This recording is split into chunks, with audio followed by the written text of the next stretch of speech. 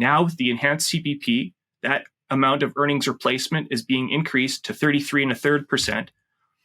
But that increase is going to happen gradually over a 40-year transition period. Welcome, Jason Yee, to the Steadyhand Coffee Break Series. Morning. My pleasure to be here. Now, Jason is an advice-only financial planner who has chosen to focus his energies on helping Canadians consider their CPP options, helping us to simplify arguably a very complex topic.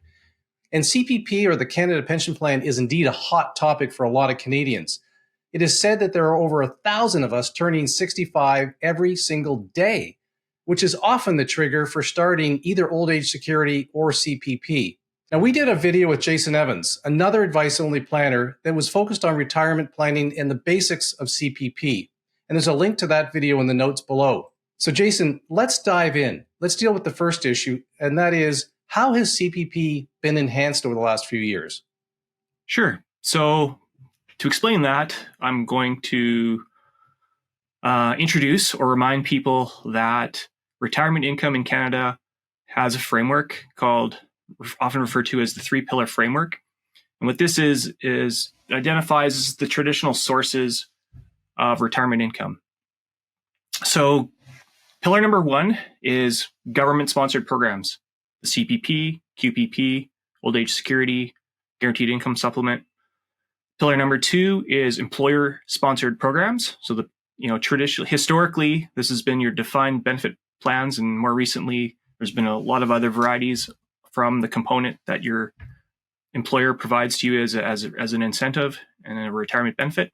And pillar number 3 is your own personal savings. More recently, so the idea with the 3 pillars is all 3 are meant to work together to provide you enough to maintain your standard of living in retirement, or with your own personal savings to pursue your own ambitions beyond maintaining your own standard of living. But the CPP is really meant to provide just a minimum level and work together with pillars number 2 and number 3. And Jason, just going back, if I may, in history, I would imagine that chronologically, the first thing we had was our own personal savings. The second thing we had were defined benefit or largely defined benefit plans, and then CPP and OAS came in.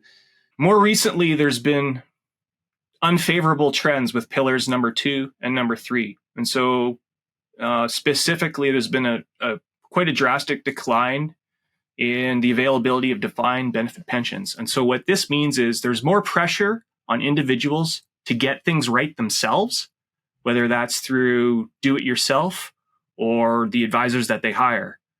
More of the income available, or the pools of money that it's available to Canadians, is exposed to market risks. And so to address the weakening of pillars number 2 and number 3, it was decided to strengthen pillar number 1, which the CPP is a part of. And so that's basically why the CPP was enhanced, to address the growing amount of retirement income sources that are exposed to market risks, and replace that with a component that has, CPP has that guaranteed income component. And so that's why, and pillar number 1, and so that's why the CPP was enhanced.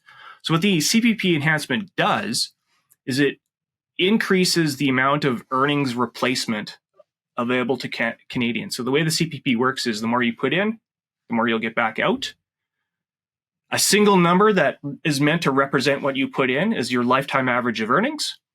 And what you get back out is a percentage of your lifetime average earnings. So originally, the original program, the base CPP, was originally designed to replace 25% of your lifetime average.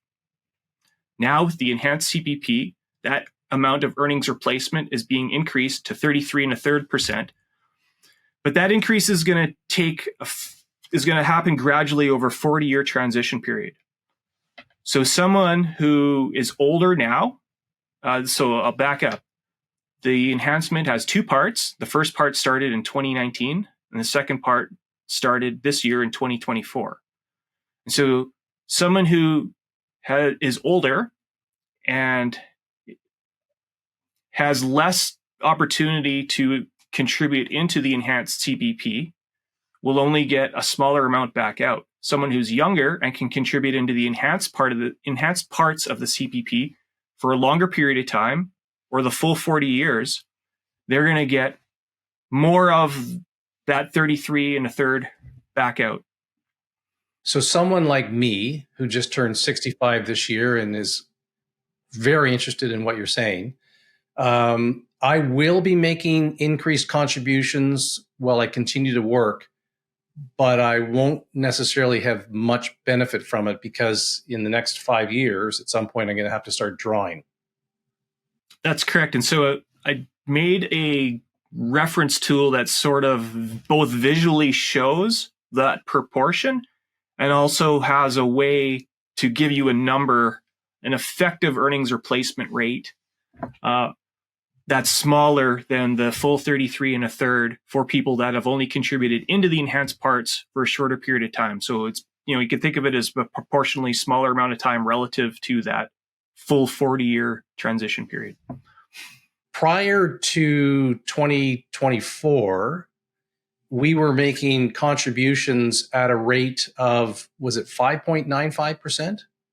So the base CPP, or the original part, the contribution rate was 4.95%. Starting in 2019, the first part of the enhanced CPP increased the amount of contribution on the same earnings threshold as the base, gradually up to another 1%. And so that gradual implementation ended in 2023. So right now, the first part of the enhanced CPP, the contribution rate for that part is 1%. And so the total amount of contribution on the original earnings threshold is that 5.95%. But technically that 5.95% consists of 4.95 of base and 1% of the first additional. Okay. And as a salaried employee, I'm basically putting 5.95% of my salary into CPP.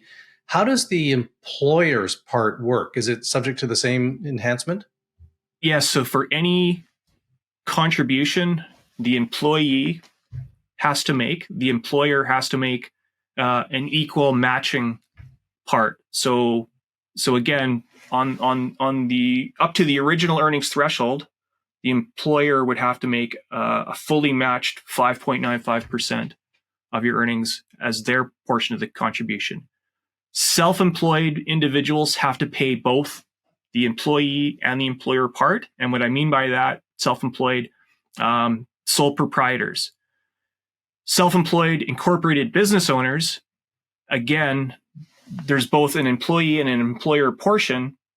Technically, the employee pays the employer's portion, and it's their company that pays the employer's part. So even though they control the company, and ultimately that's going to flow through and affect them, technically, like from the accounting bookkeeping point of view, it's the company or their technical employer that pays the employer's portion. Okay. And just help me understand this last question around complexity. Does somebody making 50,000 contributing, call it 6% to round it up, make the same contribution that somebody, percentage terms, that's making 100,000 or 200,000? Do they make, like, if I'm making 100,000, do I make a contribution of 6% or $6,000? No, so that's where that earnings threshold comes in. And so once you reach what's referred to as the year's maximum pensionable earnings, or YMPE, going back to the original base program, there would be no more earnings required beyond that. So no more contribution. So your contribution would max out the same way your earnings max out. Using that 100,000 though as an example, now with the second part of the enhancement, there's a new higher earnings threshold called the year's additional maximum pensionable earnings. I don't recall the number off the top of my head, but so once you reach the first threshold, you stop making the 5.95% contributions. You're done those, but you have to make a new contribution on the second additional enhanced part.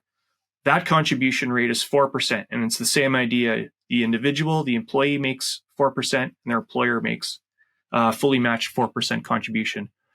But that applies only on your earnings between the first threshold and the new higher threshold. And remind us what those thresholds are. The first earnings threshold, the original earnings threshold, YMPE for 2024, is $68,500. And for 2024, the second threshold is $73,200. Okay, so if you're making $100,000, you're paying 5.95% up to the first threshold, and then you're paying 4.95% on the balance between the first and the second threshold. Exactly. Well, Jason, we've covered a lot today on CPP enhancements. Thank you so much for sharing the work that you've done, your insights and your knowledge on this hot topic for so many Canadians. If people are interested in learning more about the work that you're doing at Fine Point Solutions, how can they connect with you? How can they keep up with the work that you're doing? Sure. So I have all the resources that I make on the company website, fivepointsolutions.ca, and I announce whenever there's new material available through my LinkedIn profile. Terrific. Well, I encourage everybody to link in with you because it is really amazing work that you're doing. And we'll include a link to your website in the video notes below. Everybody, thank you for watching today. Be sure to leave any comments or questions that you might have on today's coffee break in the comments below. And again, I invite you to subscribe to the Steadyhand YouTube channel and ask to be notified whenever we load up new content. Thanks again, Jason, and thank you all for watching, and bye for now.